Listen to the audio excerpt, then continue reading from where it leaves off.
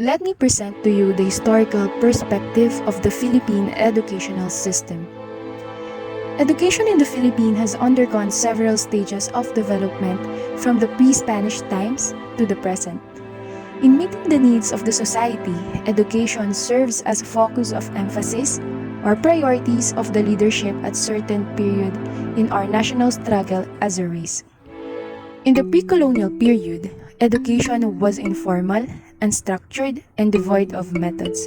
Children were provided more vocational training and less academics by their parents and in the houses of tribal tutors. In the pre-Spanish period, system of education underwent major changes during the Spanish colonization. The tribal tutors were replaced by the Spanish missionaries and education was religion-oriented. It was for the elite, especially in the early years of Spanish colonization. Access to the education of Filipinos was later liberalized through the enactment of the Educational Decree 1863, which provided for the establishment of at least one primary school for boys and girls in each town under the responsibility of the municipal government and the establishment of a normal school for male teachers under the supervision of the Jesuits. Primary instruction was free and teaching of Spanish was compulsory. Education during the period was inadequate, suppressed, and controlled. The defeat of Spain by American forces paved the way for Aguinaldo's republic under a revolutionary government. The schools were maintained by Spain for more than 3 centuries were closed, but reopened on August 29, 1898 by the Secretary of Interior. The Burgos Institute in Malolos, the Military Academy of Malolos, and the Literary University of the Philippines were established. A system of free and compulsory elementary education was established by the Malolos Constitution. An adequate, secularized, and free public system during the first decade of American rule was established upon the recommendation of the Schurman Commission.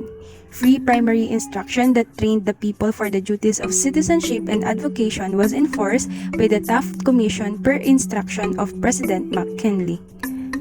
Chaplains and non-commissioned officers were assigned to teach using English as the medium of instruction. In the American period, the Americans were keen to open up 7 schools with Army servicemen teaching with Army Command selected books and supplies. In 1899, more schools were opened this time. A highly centralized experimental public school system was installed in 1901 by the Philippine Commission and legislated by Act No. 74.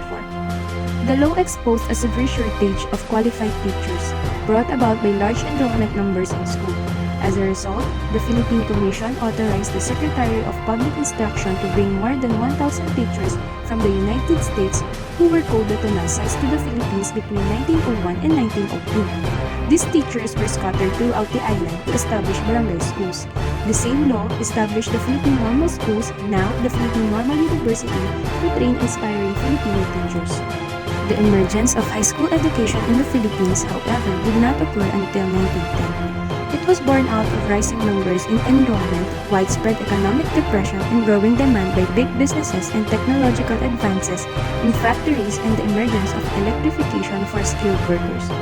In order to meet this new demand, high schools were created and the curriculum focused on practical job skills that will better prepare students for professional white-collar and skilled blue-collar jobs. In 1942, Japanese educational policies were embodied in Military Order No. 2. The Philippine Executive Commission established the Commission of Education, Health, and Public Welfare, and schools were reopened in June 1942. On October 14, 1943, the Japanese-sponsored republic created the Ministry of Education. Under the Japanese regime, the teaching of Tagalog, Philippine history, and character education was reserved for Filipinos. Love for work and dignity of labor was emphasized. In 1945, the Department of Instructions was made part of the Department of Public Instruction. In 1947, by virtue of Executive Order No. 94, the Department of Instruction was changed to Department of Education. During this period, the regulation and supervision of public and private schools belonged to the Bureau of Public and Private Schools. In 1972, the Department of Education became the Department of Education and Culture, or DEX, under Proclamation 1081, which was signed by President Ferdinand Marcos. On September 24, 1972, by Presidential Decree No. 1, DEX was decentralized with decision-making shared among its 13 regional offices. Following a referendum of all barangays in the Philippines from January 10 10 to 15, 1973, President Marcos ratified the 1973 Constitution by Proclamation 1102 on January 17, 1973.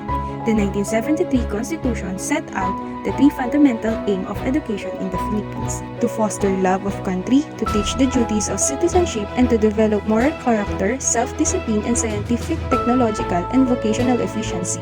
In 1978, by the Presidential Decree No. 1397, DEX became the Ministry of Education and Culture.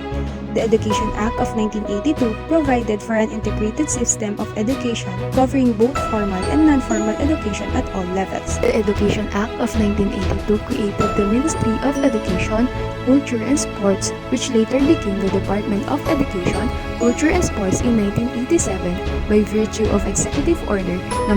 117. The structure of DEX as embodied in Executive Order No. 117 has practically remained unchanged until 1994 when the Commission on Higher Education or CHED and 1995 when the Technical Education and Skills Development Authority were established to supervise tertiary degree programs and non-degree technical vocational program. In August 2001, Republic Act 9155, otherwise called the Governance of Basic Education Act, was passed. This act changed the name of DEX to the current Department of Education or DepEd and redefined the role of field offices. The act provided the overall framework for school empowerment by strengthening the leadership roles of headmaster and fostering transparency and local accountability for school administrations. The goal of basic education was to provide the school-age population and young adult with skills, knowledge, and values to become caring, self-reliant, productive, and patriotic citizens. In 2010, the Senator Benigno Aquino III expressed his desire to implement the K-12 basic education cycle to increase the number of years of compulsory education to 13 years. After further consultations and studies, the government under President Aquino formally adopted the K-642 basic education system. 1 year for kindergarten, 6 years of elementary education, 4 years of junior high school education, and 2 years of senior high school education. In conclusion, our educational system is a dynamic and time-tested. Its dynamism has shown how curricular reforms and policy structures in our educational system could be altered our society. It is a strong example of illustration of a boat sailing in a body of changes and challenges.